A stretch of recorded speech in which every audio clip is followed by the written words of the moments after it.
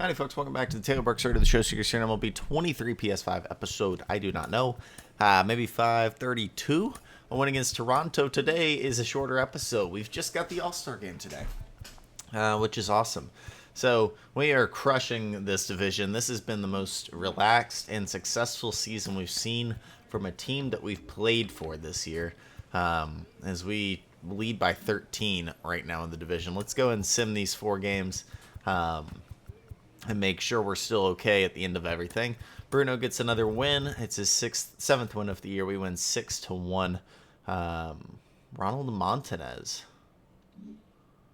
Haven't seen that name before. That's not good. Means maybe we made a trade. Yes, we did. Okay. We knew we traded Portillo and Mac Redding, and we had seen the one before. Let me see that again. We traded Donnie Jacobs to the Dodgers. Is this another potential pitcher? See potential, 70 overall. He's 19, bad hits per 9. I'm not mad at that. Who'd we get back? Montanez. Ronnie Montanez is all the way down here. Hits lefties. Decent. That's not a terrible trade. I don't think the other guy's going to be very good, so, I mean, this adds some depth at the infield position. We have not seen... I mean, did we really need him? We have 5 third basemen. I don't know about that one. Whatever. Let's continue. On to this series with the Mets, who are second in the division right now, so a couple wins would be nice. There's one right there. We score in the 11th. Nicely done. And then game 2, we lose this one 4-3. Tried to come back, couldn't finish it. And for the series, we will win it.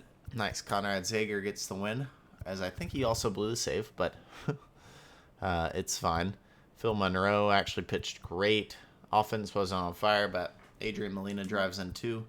Have the home run derby and the All-Star game. We will go ahead and play the All-Star game, look through the All-Stars, look through what's going on with statistics around the league and the team, and then, yeah, move back into the season next episode as we will face off against the San Francisco Giants. Yeah, just enjoyed my long weekend at home for Labor Day, and we are back, baby. Recording every day, getting videos up. Dang, Loftus is still developing up to a 94-72. Popped up. Having a great year this year. So Loftus, I mean, I promise I won't do this all the time, but Bart Loftus is a 91 overall now. The glove is kind of there, but the bat is certainly here. 20 homers, 64 RBIs, hitting .311. Probably the best shortstop hitting-wise in the league right now. Good for him. I should have seen it through with him. I didn't see it coming to fruition. He was like a 54 overall 18-year-old. That just proves that those guys do eventually come around to make it. It's 0-2. So this is season 15, which means this is Taylor's 14th All-Star game. Either 14th or 13th. I believe it's his 14th. Yeah, we are starting today's. We haven't started one in a bit, actually, weirdly enough. And here's our old friend Cam Jackson. Best players in the league, definitely the best catcher in modern history. Future Hall of Famer for sure. Used to see him all the time in the AL. He's still with A's. He's going to pop this one up. Corona ranges over. He's got it.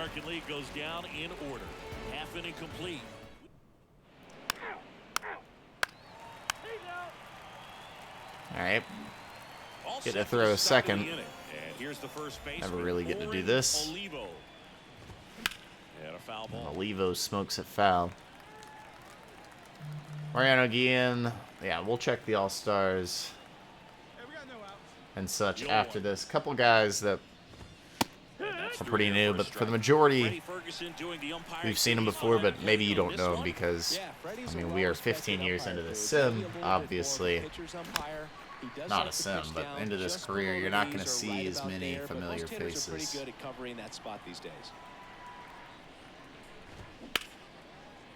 That is hit really, really high, pretty deep, but it's going to be caught by Fernando Corona. And there's one away. Yeah, I mean, he's a guy that has a reputation for being fergalicious. Yes, and, you know, whatever. Felipe Mosquera. Felipe Mosquera stands in one of the 99 overalls in the and now the count is career. Well, he's so great about hitting the ball the other way. He gets those arms. He's quite good. So right there, just trying to straighten him up a little He's bit. very good in the field. That's where he shines the most, but his bat's very good as well. Dude's like Mookie Betts, honestly. Struck him out here, 2 down. Slider got him for strike 3. Alexis Navarro digs in now. In there, and it's 0-1. Here we go, guys. Let's go.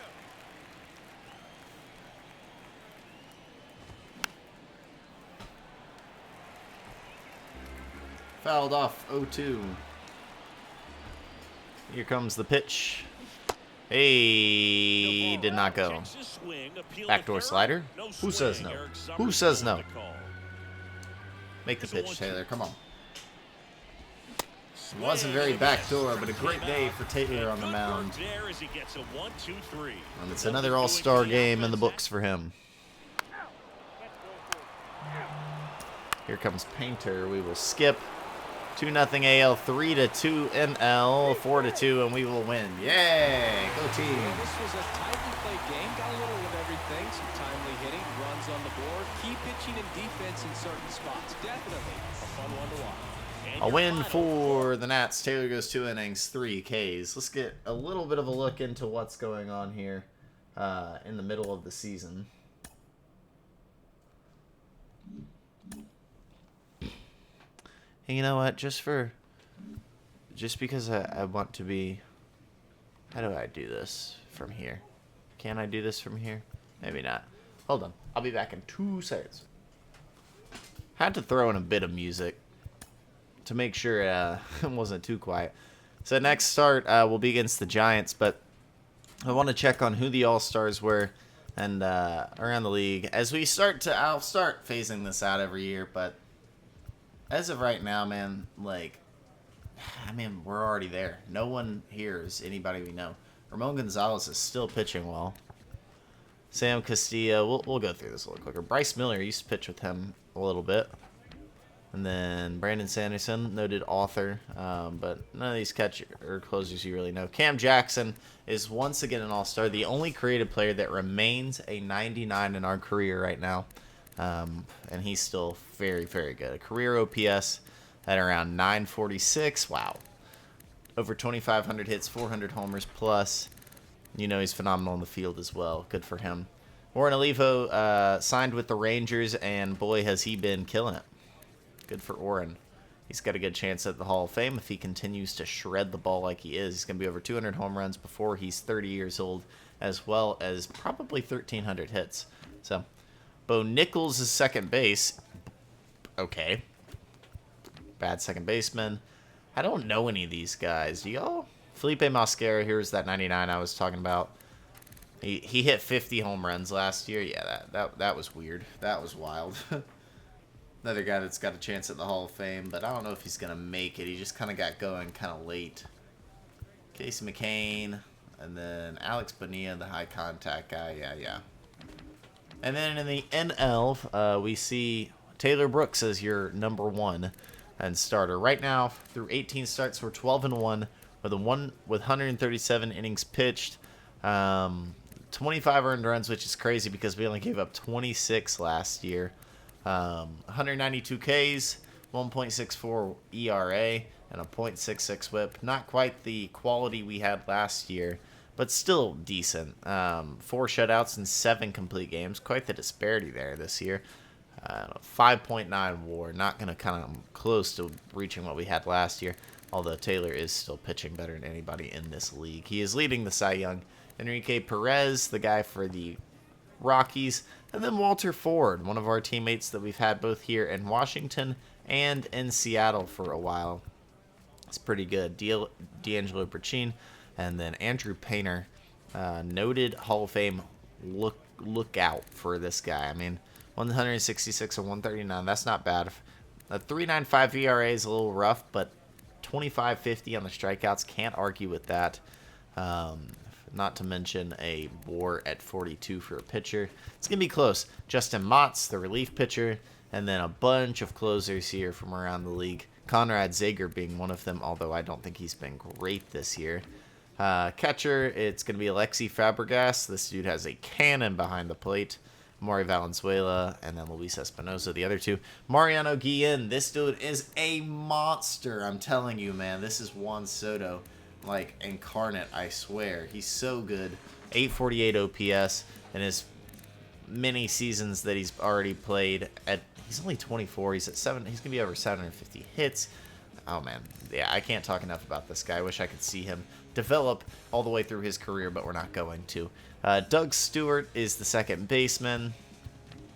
I'm looking for other nationals. I figured we'd see a couple more. We've already seen 2 or 3 with Walter Ford and Conrad Zager as well. Cam Collier, well, first, Doug Stewart. Yay, Doug. Cam Collier might have a chance of being MVP this year if he continues to play like this. Above Taylor, we'll see. It's going to be close. Miguel Rosario has also played great. Wes Ward is your shortstop from the Phillies. Jackson Merrill has been pretty good as well with the Pirates. Mario Negron with the Dodgers. All right, Fernando Corona in left field. Do we not have a single position player? Wow. So Corona is very good. He's phenomenal in the field. He's even hitting 302 this year, which it's always been his problem. This is bat. And then Eric Bowers in center for the Rockies. Good career for him. Especially good career for another one of our creative players, Adam Turner. In his first year with the Marlins is hitting great. 997 OPS, 17 homers and 40 RBIs. He's stolen only 9 bags this year, strangely enough. But the dude is obviously phenomenal. On a 4-year deal with them. He's at 2,700 hits already. Approaching the 400 home run mark probably at the beginning of next season. A for-sure 3,000 hit guy and a for-sure Hall of Famer here. A career WAR all the way up at 130.7. So a great job from Adam Turner. And then last but not least, Herschel Geringer for the Rockies. But no position players for the Nationals, weirdly enough. In our lineup, Winston Leonard has been good this year. 725 OPS. And then Adrian Molina, although I don't think this guy's really that good, he has been killing it. 909 OPS. Stealing some bases, playing a good center field. Love that. Pedro Silva doesn't get to play every day anymore, but 760 OPS out of a rookie, you'll take that. Ernest Rivera is really good as well. Almost 20 home runs already, 839 OPS. Welcome back, Ernest. Didn't get to play the full year last year. Got cut early because of injuries last year. So Drew Bellinger, our midseason pickup. Would love to see him pick it up. Corey Griffin, after a hot start, has kind of cooled down, but he's still been pretty good. Good job, Dwayne Meadows. Our signing in the offseason, not panning out great. But the backup, Pablo Aliendo, is no good anyway. Christopher Perez is all right. Nothing special. And then Pedro Guardado has not been playing much. But in 63 at-bats, you'd like for someone to have more than 4 RBIs. Just saying. It's not been that way. Vinny Rodriguez plays just third base as off the bench, and he's been okay. Ronald Montanez is pretty good, but like we haven't seen him with us. Luis Angel Acuna, thought this guy was going to play a lot more than he has. And then Joe Hicks down here. Been hitting well when he gets to play. Only 18 games. One thing we're missing is a guy named Termar Johnson. Don't worry, he's not been traded, but he did fracture his forearm. So he's going to be out for a little bit of time here, man. 1 to 2 months, we're going to see him come back around playoff time. We're close to it. Theodore Wiley tore his Achilles tendon. I don't think he was going to play much this year anyway. I don't think many of these guys were. Maybe Emmanuel Rodriguez could get called up. Not Todd, not Kevin, not Diego.